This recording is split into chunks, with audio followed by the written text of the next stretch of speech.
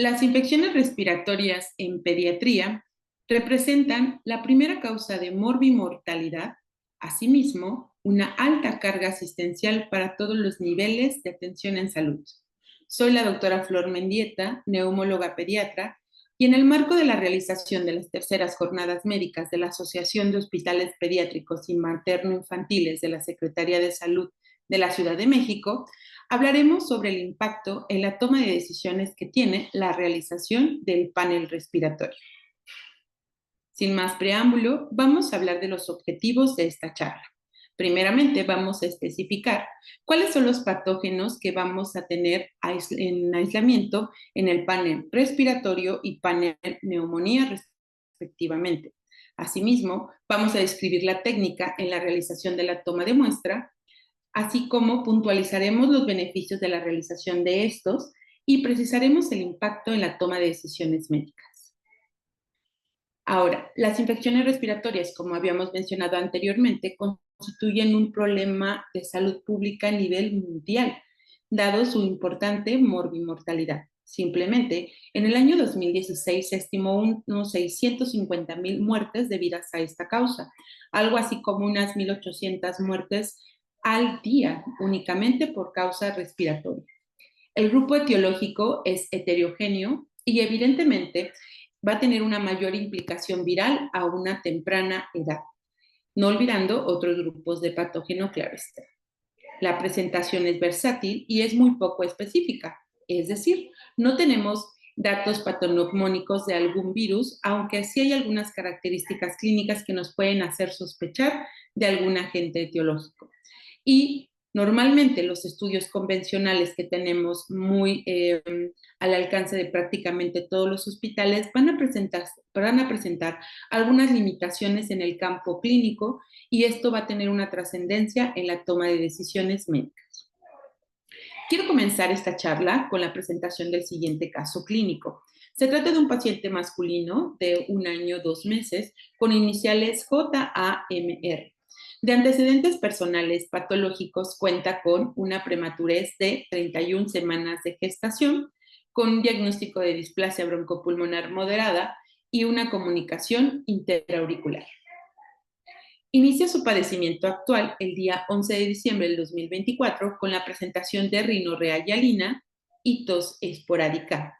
Eso fue en el día 1 de la presentación. Para el día 3, incrementan los síntomas respiratorios con presencia de fiebre de bajo grado, por lo cual los padres acuden con un facultativo en donde indican únicamente tratamiento sintomático. Para el día 7 de evolución, inicia con datos de dificultad respiratoria, fiebre de difícil control, por lo que acuden a urgencias para su valoración. Al ingreso a urgencias, ¿cómo lo encontramos? Al triángulo de valoración inicial vamos a encontrar al paciente con una apariencia con un tono normal, está irritable pero es consolable con la madre, normal. Sin en cambio, en la parte respiratoria vamos a encontrar a nuestro paciente con datos de dificultad respiratoria con presencia de tiraje intercostal, aleteo nasal y retracción hipoidea.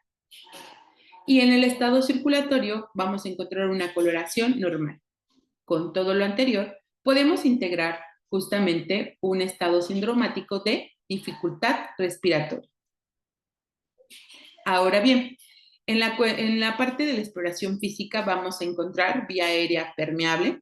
Sin embargo, a la exploración ventilatoria encontramos crépitos bilaterales, sibilancias al final de la expiración, con un incremento en la frecuencia respiratoria de 45 respiraciones por minuto y saturación de 88%, una frecuencia cardíaca de 135 latidos por minuto y un llenado capilar de 2 segundos. Se encuentra consciente, ya lo habíamos comentado previamente, sin embargo con una irritabilidad, pero consolable con la mamá. Asimismo, con una temperatura de 39,3 grados centígrados. Con todo lo anterior, todos estarán de acuerdo que se integra el diagnóstico clínico de una neumonía adquirida en la comunidad. ¿De qué agente? Podría ser muy variado, sin embargo, por el grupo etario que tenemos, podría ser más de implicación de tipo viral. Ahora bien, Estaremos de acuerdo en un paciente con factores de riesgo, como el paciente que acabamos de mencionar, prematuro, un año, con una cardiopatía preexistente, se ingresa a hospitalización, en donde con taquipnea, fiebre, taquicardia, lo dejamos en ayuno, soluciones calculadas, administración de oxígeno en la cantidad mínima necesaria para la administración, para mantener saturaciones arriba del 92%, antipirético, nebulizaciones con broncodilatador y esteroide inhalado, así como la realización de estudios complementarios. Y aquí yo preguntaría cuántos de ustedes no podrían considerar la administración justo de un antibiótico, dado que es un paciente con factores de riesgo importantes. Seguramente más de uno. Por tranquilidad de todos, indicaríamos un tratamiento antibiótico.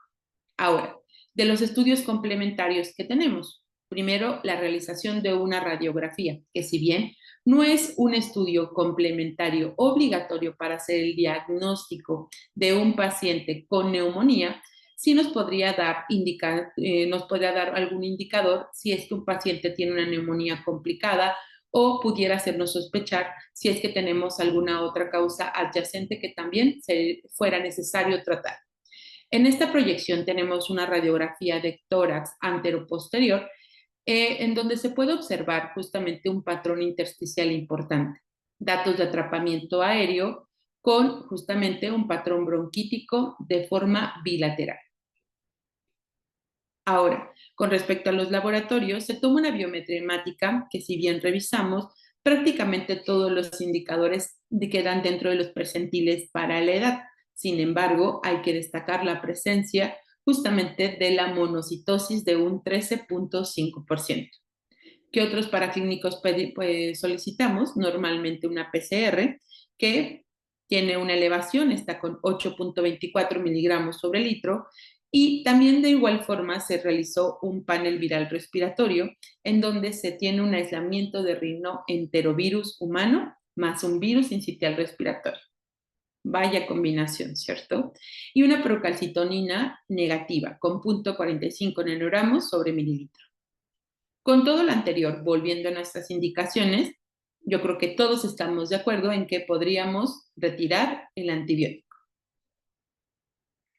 En el día 7 fue cuando nuestro paciente ingresa a urgencias, se da tratamiento únicamente sintomático. Para el día 10 de evolución, para el día 20 de diciembre del 2024, se hace el retiro de oxígeno. 24 horas después se realiza el egreso sin mayor complicaciones. Y todo esto me pareció muy interesante aterrizarlo justamente en la práctica clínica, porque son casos que muy habitualmente tenemos en nuestro día a día. Ahora, los virus van a constituir los principales agentes etiológicos en las infecciones respiratorias y más aún, como ya mencionaba, en los niños más pequeños. Ahora, con todo lo que fue con la transición epidemiológica que se vino después de la pandemia, prácticamente muchos de los virus cambiaron la estacionalidad en donde habitualmente los presentábamos. Sin embargo, en invierno se siguen viendo todavía una afluencia de múltiples virus como rinovirus, parainfluenza, SARS-CoV-2, virus sincitial respiratorio, salvo que por ahí algunos casos de influenza ya empiezan un poco más tardíamente, así como adenovirus. Todo esto es importante porque muchas de estas cosas pueden determinar justamente la conducta terapéutica. Ahora bien, ¿qué es el Film Array? Este es un sistema de identificación microbiológica, la cual es rápida y muy precisa, y esto es basado en la técnica de PCR, la cual tiene una alta sensibilidad y una gran especificidad. Existen muchos tipos de paneles, como el panel respiratorio 2 y 2.1 después de que empezó la pandemia, el panel neumonía, el panel gastrointestinal, así como el panel para la identificación de hemocultivos y el panel meningitis. Sin embargo, por motivos de tema, vamos a hablar únicamente de los primeros dos. Ahora, ¿qué es el panel viral respiratorio? El 2 y la versión 2.1. Este es un panel en donde inicialmente en su versión 2 teníamos la determinación de 17 virus. Sin embargo, para el 2020 se agrega la determinación de SARS-CoV-2 más la presentación de 4 bacterias atípicas. Esta tiene una gran sensibilidad del 98.5% y una especificidad bastante importante del 99.3%. Ahora, ¿en quiénes están indicados? Esta realización de este panel está indicado en pacientes con infección de vías respiratorias, particularmente que ameriten un ingreso hospitalario. También en los pacientes que tienen sospecha de SARS-CoV-2, en pacientes pediátricos con afección respiratoria, así como pacientes con patología respiratoria de base, por ejemplo, pacientes con fibrosis quística, con discinesia ciliar o los niños, por ejemplo, con displasia broncopulmonar, así como pacientes inmunocomprometidos. ¿Y cuáles son los beneficios de la realización de este panel respiratorio? Normalmente, y justo como lo presentamos en la presentación del caso clínico, es que nos puede permitir la realización de cambios en el tratamiento médico. Podemos hacer la suspensión o el cambio del tratamiento antibiótico versus el tratamiento viral. Y esto lo vamos a hacer gracias a un gran abanico justamente de la determinación de estos virus con una rapidez en los resultados muy importante. Y por supuesto que esto va a tener una implicación en la evolución clínica de nuestro paciente. ¿Cómo se realiza la muestra? Más de uno seguramente hemos tomado estas muestras en los servicios de urgencias. Esto se tiene que hacer a través de la introducción de un hisopo por una fosa nasal, la cual tiene que ir hasta la parte más posterior de la nasofaringe.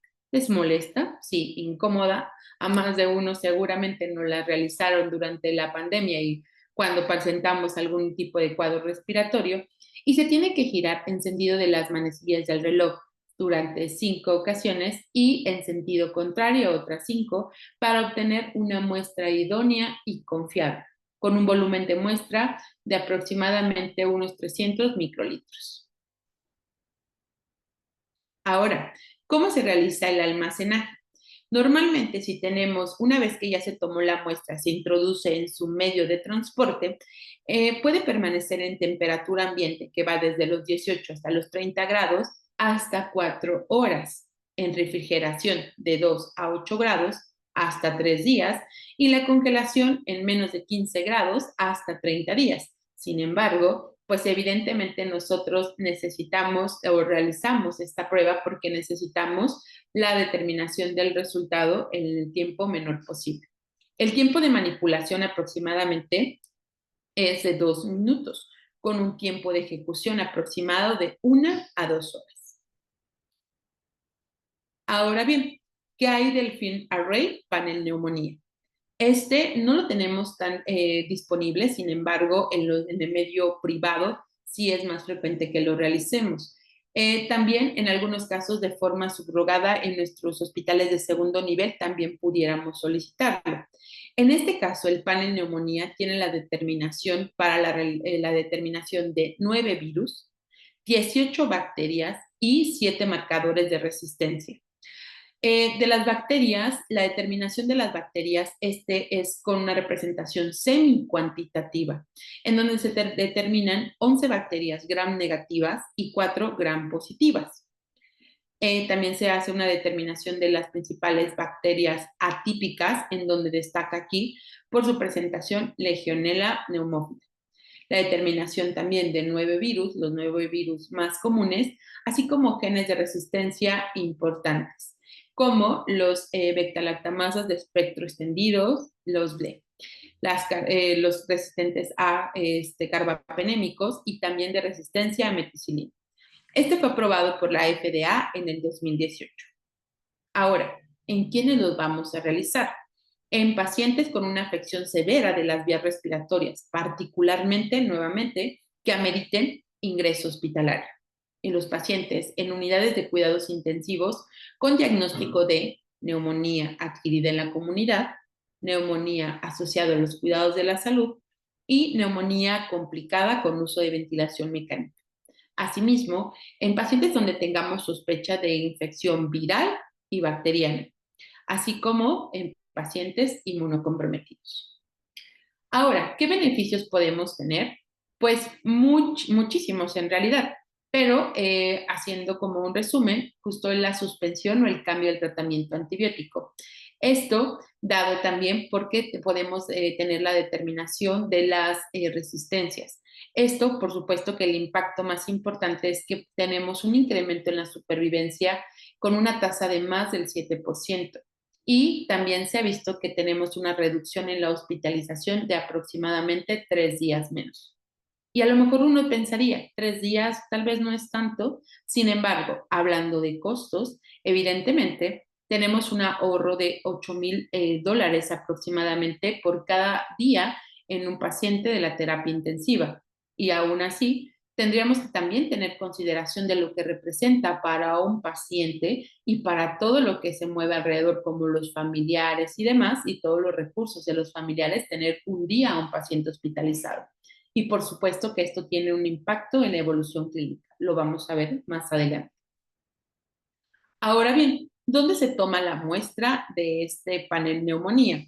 La muestra se puede obtener a través de un esputo, el aspirado endotraqueal en el momento que intubamos a nuestro paciente, en el lavado broncoalveolar. El volumen de la muestra que se necesitan son 200 microlitros. El tiempo de manipulación también nuevamente es de 2 minutos aproximadamente, con un tiempo de ejecución de 1 a 2 horas.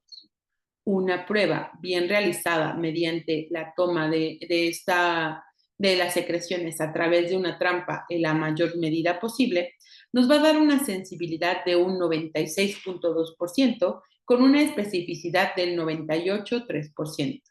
En esputo, esta disminuyó un poco en cuanto a la especificidad, aproximadamente de un 97,2% y una sensibilidad de 96,3%. Ahora bien, les voy a presentar justamente una revisión de un artículo que fue publicado por Argentina en el 2018 en la Clínica de Virología Clínica. Es un estudio bastante interesante porque es un estudio prospectivo que fue aleatorizado y este no fue ciego. La intención de hacer este estudio fue evaluar el impacto que tenía la realización de las pruebas de detección moleculares en el manejo médico de las infecciones respiratorias agudas. Se realizó en un periodo del 2016 al 2017, en donde se obtuvieron 442 pacientes, quienes por criterios de exclusión únicamente se filtraron 432 pacientes, de los cuales 156 eran niños y 276 eran adultos. La intención era hacer una comparativa justamente con la determinación de film array versus un ensayo de inmunofluorescencia, en donde se tenía como intención justamente la evaluación del rendimiento, el tiempo de respuesta y los cambios en el manejo médico. Con respecto al rendimiento diagnóstico, ¿para quién fue más alto? Este fue más alto para Film Array, con una P estadísticamente significativa. En el caso de los pacientes pediátricos, de un 93% en comparación con el ensayo de inmunofluorescencia de un 49%, y en adultos de un 74% en comparación del 23% de inmunofluorescencia. Ahora, ¿quién de estos dos detectó coinfecciones? Por inmunofluorescencia no se detectó ninguna coinfección por film array en un 31% en el paciente pediátrico y en un 7% en los adultos. ¿Y cuál es el tiempo de respuesta? A lo mejor en costo-beneficio habría que ver qué tanto tiempo tenemos para tener una respuesta justamente con el film array. Como mencionábamos, un tiempo estimado, más o menos, un poco más o menos, sería 2 horas. El tiempo estimado de respuesta es de 1 hora 52 desde la toma de muestra hasta la obtención del resultado. En contraparte, para un ensayo de inmunofluorescencia es incluso más de 24 horas. Y por supuesto que todo esto va mermando justamente la evolución clínica y la disminución o la suspensión también de los antibióticos. Ahora bien, Esta tabla me parece muy interesante, es también parte de este mismo artículo, en donde podemos ver, ok, ya hicimos los estudios, ¿tuvimos un cambio en los pacientes? Sí. Aproximadamente, como decíamos, ¿quién de todos estos pacientes sufrieron o se vieron beneficiados con un cambio? Para los pacientes de FilmArray, tuvieron un cambio de hasta 40.5% y en los pacientes por inmunofluorescencia solamente un 14%. Ahora bien, de estos pacientes, ¿cuántos fueron adultos y cuántos fueron niños? Para los niños, tuvo un impacto incluso mayor que en los adultos, de un 54.8% en comparación de un 13.9% por inmunofluorescencia. Y en adultos, de un 31.3% en comparación de un 14% en adultos hechos por inmunofluorescencia. Y ahora todos estarán de acuerdo. Ahora veamos cuáles fueron los cambios. Para la población pediátrica, lo más importante fue la suspensión de los antibióticos que se habían prescrito, hasta en un 23% para FilmArray y en un 2% únicamente para inmunofluorescencia. Y más bien, en la disminución o la suspensión de estudios complementarios en pediatría para un 25.7% en comparación de 4.7% para inmunofluorescencia. ¿Qué hay de los adultos? Con respecto a los adultos, también se ve un cambio significativo para la suspensión de antibióticos en un 13.6%, pero aquí es también tiene relevancia incluso mayor que los estudios complementarios, la suspensión de la prescripción de oseltamivir o la suspensión de la administración. Ahora, ¿todo esto en qué impacta? Bueno, la OMS estima que la resistencia bacteriana está dentro de las 10 principales amenazas de salud pública. ¿Y por qué es esta amenaza o por qué ha incrementado tanto? El factor principal y determinante es que hay un uso indiscriminado de antibióticos. Aproximadamente del 30 al 50% de los antibióticos prescritos no son necesarios. En la pantalla, en el margen derecho de su pantalla, van a observar una tabla de las fechas en donde fueron introducidos, las fechas donde fueron introducidos los antibióticos y las fechas en donde se reportaron las primeras resistencias identificadas. Solo para hacer mención, para 1950, cuando se introdujo la tetraciclina, prácticamente únicamente 9 años después se reportó la resistencia de Shigella a tetraciclina. Y a lo mejor diríamos, bueno, 9 años no es tanto. Sin embargo, veamos lo que encontramos. En 1996 se introdujo levofloxacino, pero justamente unos meses más tarde se reportaron los primeros neumococos resistentes al levofloxacino. Son datos alarmantes que como médicos debe de preocupar. Ahora bien, para el 2050 se estima que la primera causa de muerte van a ser justamente la resistencia a antibióticos, incluso por arriba de las enfermedades oncológicas. ¿Y cuáles van a ser los países o cuáles son los países afectados? Evidentemente, los países con mayor recesión económica. Sin embargo, pues México también no estamos tan bien parados. Pero evidentemente por población y justamente por los estados tan precarios de salud, sería África y Asia. La CDC estima que aproximadamente 3 millones de personas al año en Estados Unidos se infectan por cepas de hongos y bacterias resistentes, y de estos, 35,000 fallecieron. Ahora bien, hoy por hoy ya tenemos reporte de bacterias multidrogo resistentes.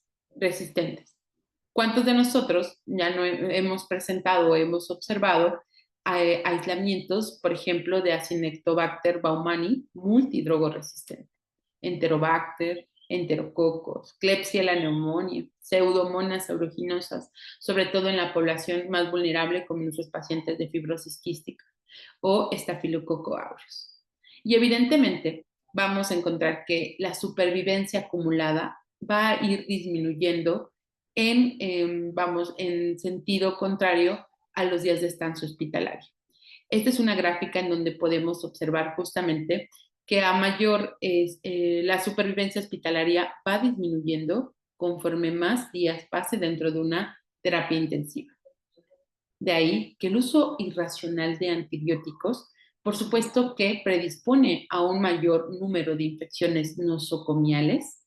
Esto hace una mayor estancia hospitalaria, como ya veíamos en la gráfica, una menor supervivencia. Incrementa los costos y tenemos una menor supervivencia. Entonces se vuelve un círculo vicioso donde es muy difícil salir. De ahí la importancia de hacer conciencia y de hacer el uso justamente de herramientas que nos permitan concientizar el uso racional de antibióticos.